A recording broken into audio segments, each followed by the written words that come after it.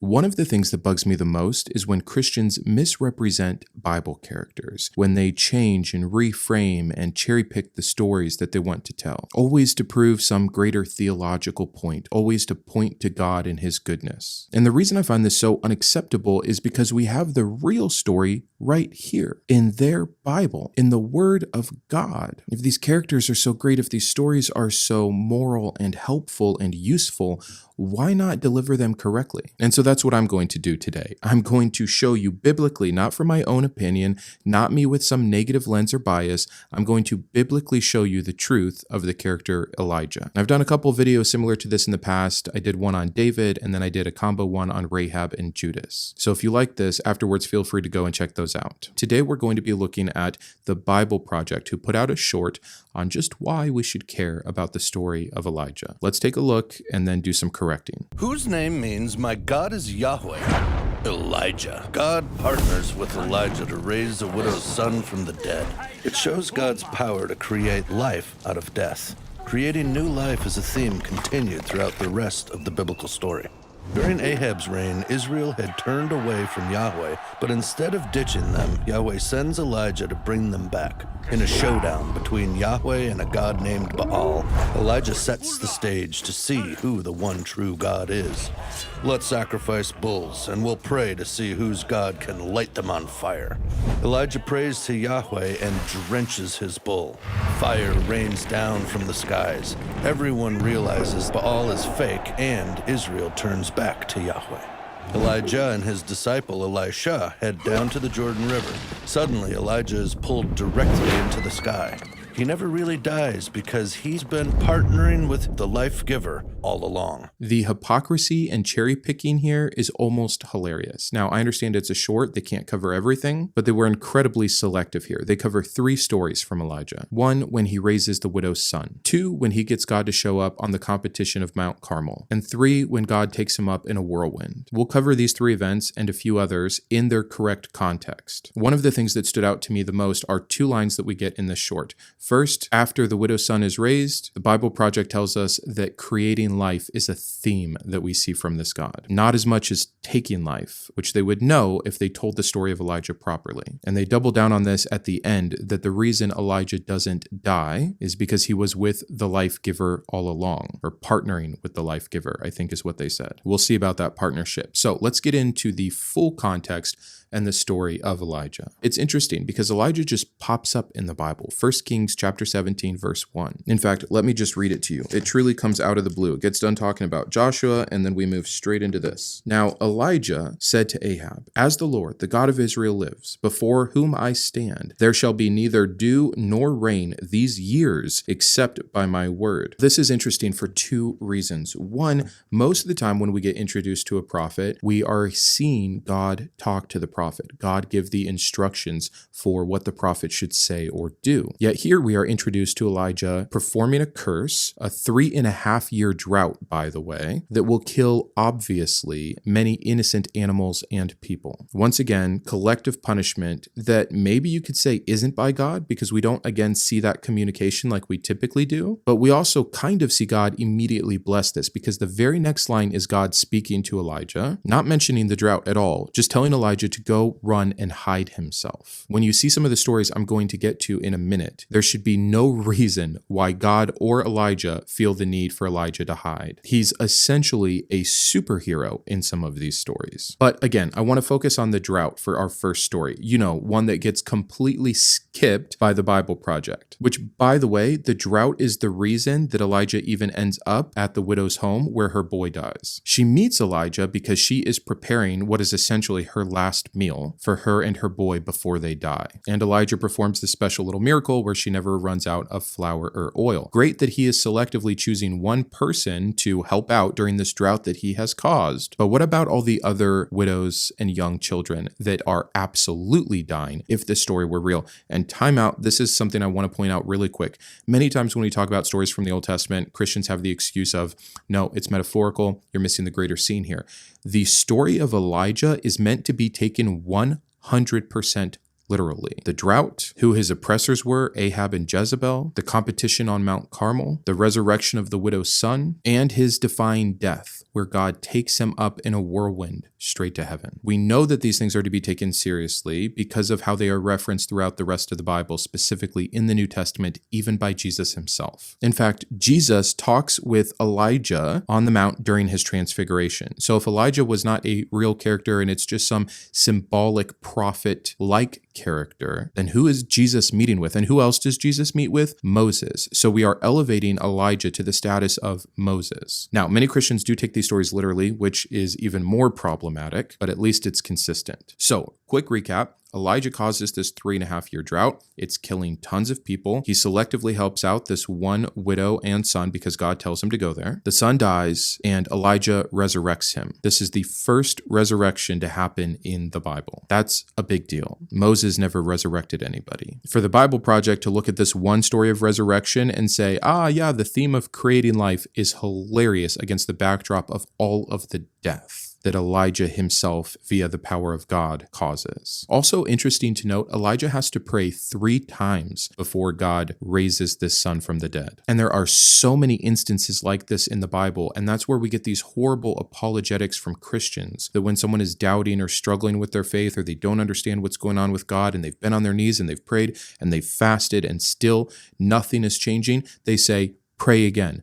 Pray harder. You obviously haven't been earnest enough. And they point to stories like this about even Elijah had to pray 3 times. It creates a really sick apologetic for the onus being on us when God doesn't work. And it's contradictory to even what we see again in the New Testament. And that's one of the things I want you to look out for as we go through the context of the reality of these Elijah stories. Think about how Elijah and God acts and compare it with how Jesus speaks in the New Testament. In this case, didn't Jesus just say, ask and receive? But no, it's performative. And it leads to these cop-outs and excuses by Christians to blame the individual for a lack of faith or a lack of effort when God doesn't move in the way that he says he will. Now let's get to the fun one, the competition on Mount Carmel. When I was a Christian, and it's embarrassing to say so, this was one of my favorite stories because you could so clearly see God act. I loved that. But like so many Christians, I had the blinders of biblical belief on, and I didn't see the issues that were all around this story. You have Ahab and Jezebel, and they are worshiping false gods with Baal and Asherah, which have their own unique history that if you want to learn more about, see my series on God, an Anatomy, but we won't talk about that here now. So Elijah doesn't just invite the prophets of Baal, he invites all of Israel to come to this showdown, as well as the 450 prophets of Baal, and I think the 400 prophets of Asherah, but we mainly hear about the 450 prophets of Baal. And he sets up a competition, and it's a pretty good idea, actually, and if things had gone a different way, this could have been a really cool story for God. He says, okay, we know what God likes. He likes the scent of burning flesh, so let's take some bulls, let's cut them up, put them on separate altars, but add no fire. You ask your God, Baal, I'll ask my God, Yahweh, and whichever one delivers, let's just be consistent and follow that one. And I'd like to stop you right here.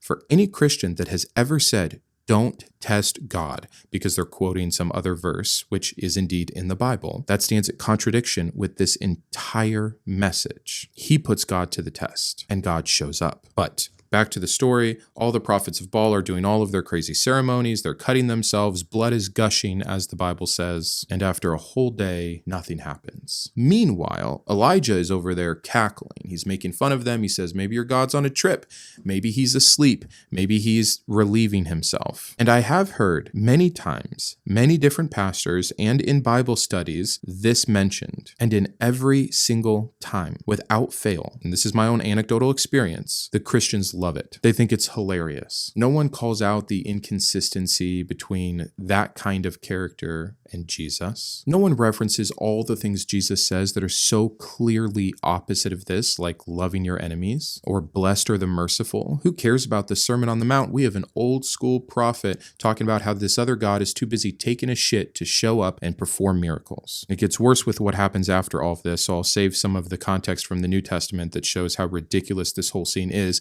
if if indeed it's the same God being worshipped in both. But the rest of the story is that now Elijah's going to make it harder for himself. He's bragging. He's showing off for God. Dig a trench around mine. Now pour water on from 4 buckets and do that 3 times until even the trench is filled with water. This thing is soaked. And then he asks for fire, and immediately God rains down fire, which apparently becomes Elijah's new superpower. Stay tuned. And all of Israel sees the one true God, Yahweh. But it doesn't stop there, because the very next line is Elijah himself taking the 450 prophets of Baal, making sure that not even one gets away, down to the river to be slaughtered. Show that in your video, Bible Project. I wonder why you didn't. Going back to all the times I've ever heard this message preached in a Christian context, they never follow up with that verse. Tell me how this is a good thing. Tell me how this shows the consistency of a loving, just, and merciful God. What is the point? Think about this for just a second. Really follow me. God is obviously willing and capable to show all of Israel at one time exactly who he is. He could have done this instead of the drought. He didn't. He could have done this and accepted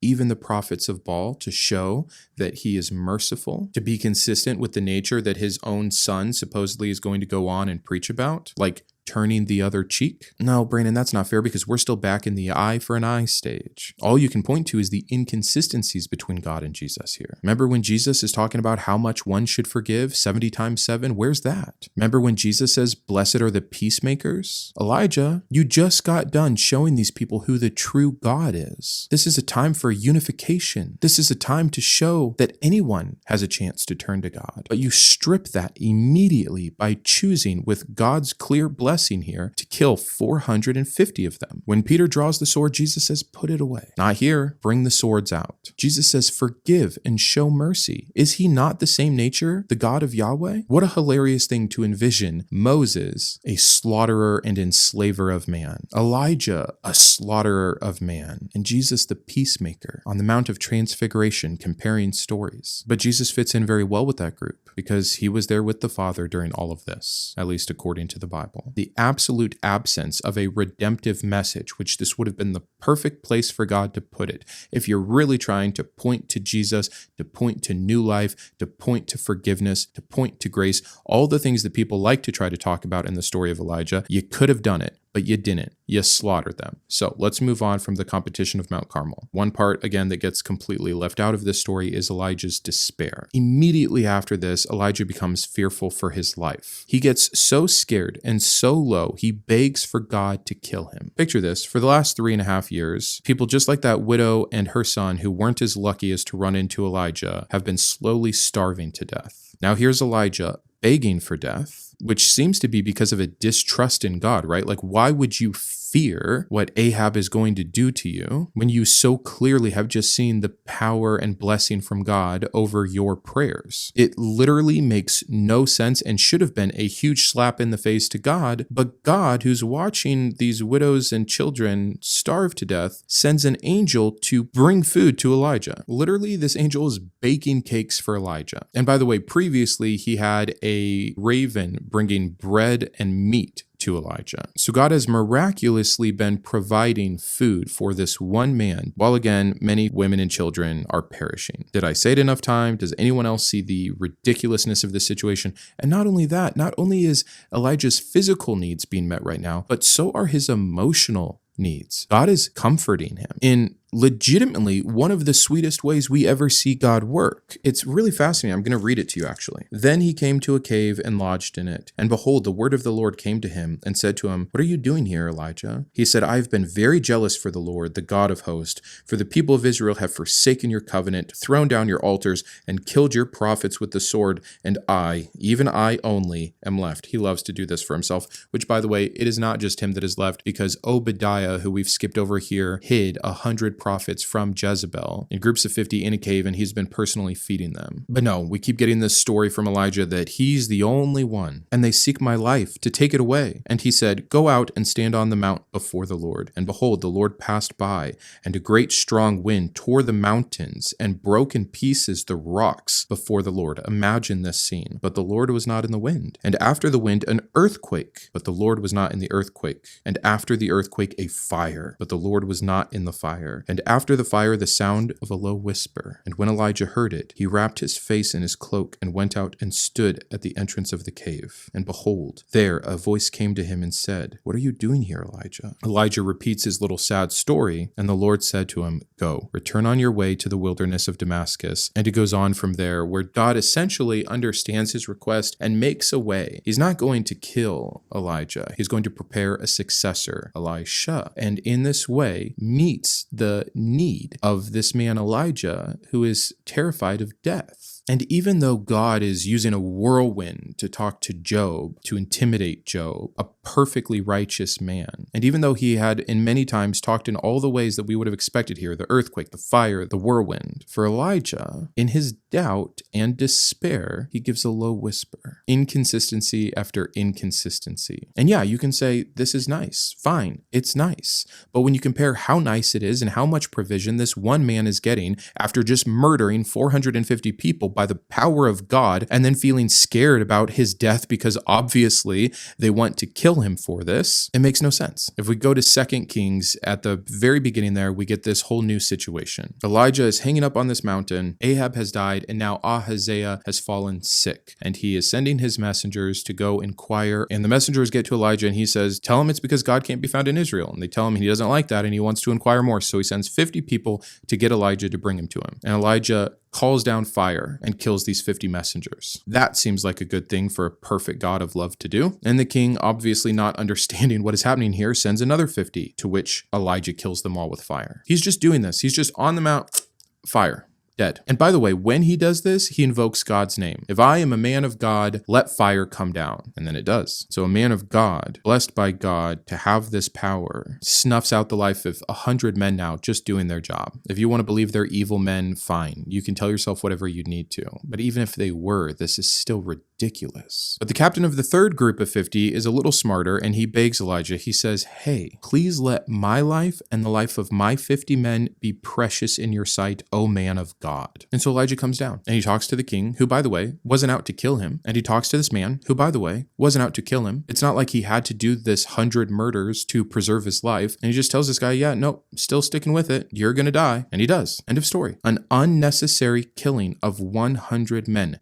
Period. There's no other way about it. He could have come down the first time and said this. Nothing would have changed. Tell that story, BibleProject. But now we'll get to the very last story, which BibleProject did cover, which is how Elijah is taken up in a whirlwind. He doesn't have to die. And they paint the pretty picture. It's because he was in partnership with the life giver all along. And like I told you at the beginning of this video, we would see what that partnership looks like. It looks like a 3.5-year drought, killing widows and children. It looks like 450 men slaughtered by a river after finally getting revealed to them who the real God is. It looks like 100 men burning to death unnecessarily because Elijah didn't want to get off the mountain. It looks like a man, Elijah, who has all this power, still becoming afraid and desperate and in despair and suicidal, and God finding him a healthy way out. That's the partnership with the life giver, the death giver. The framing and cherry picking, again, is so hypocritical. It's really unbelievable. Just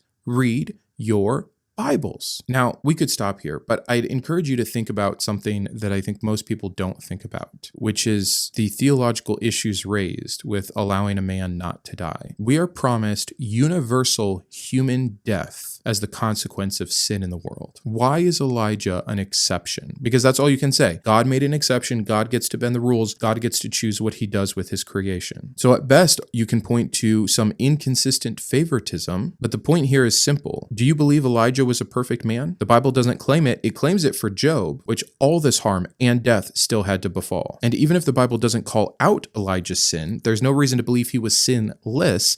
And we see him essentially distrust God, which I think would be a pretty hefty sin. So if Elijah is a man and he has sinned, but he doesn't have to suffer death, then neither does anyone else. It means God isn't bound. His hands are not tied in the way that Christians make it seem. God's one breaking of this rule means the rule can be broken, which means it's useless. It's pointless. He didn't have to sacrifice his son to beat death. He can just choose. It's a humongous theological problem, in addition to all of the other inconsistencies that this story shows us. And so that's the story of Elijah, the correct, full context story of Elijah. I'd love to hear your thoughts on this. And before I let you go, I'm going to self-promote 4 things. 1, we just finished Secular Bible Study Series. Of course, we ended with Revelation. If you haven't seen that one, check it out. I've now started a follow-up series Beyond the Bible, where we look at all non-Protestant canon works. We're starting in the Apocrypha. Episode 1 was on the book of Tobit. Please check that out if you have not. And then I want to point to last Sunday's video and next Sunday's video. Last Sunday's video is one of the favorites that I have made. Again, the goal of the channel, it's nice to break this stuff down and cover the Bible correctly and show the context and try to break down these apologetics that can trap so many Christians from actually reading their Bible and thus seeing the issues and thus breaking free. But one of the biggest ways that I actually want to help is with people in that in-between during their deconstruction. And then be here for this Sunday. This Sunday is episode 5 of my Mindshift podcast series. And I have a guest. She's amazing. She has a master's in theology with a focus on the future of American religion. And we had an absolutely fascinating conversation that I can't wait for you to hear. But before that, we'll have episode 2 of Beyond the Bible. So I hope to see you at both of those. And until then, keep thinking. I'd like to personally thank my top tiers of support: my Iconoclast and Boris GVI, Jason, Joe, Kaboga, Perry, Rocket, Sean, and Strong Rex, my Humanist Heroes, Imposter, James, Jared, Christy, and Thronus, my Atheist Advocates, Caleb, David, Jeff, Jeffrey, Mrs. Webb, Paul, Sparky, and Todd, as well as all of my Secular Scholar patrons. If you believe in the mission of this channel or you just enjoy its content, please consider joining these fine people.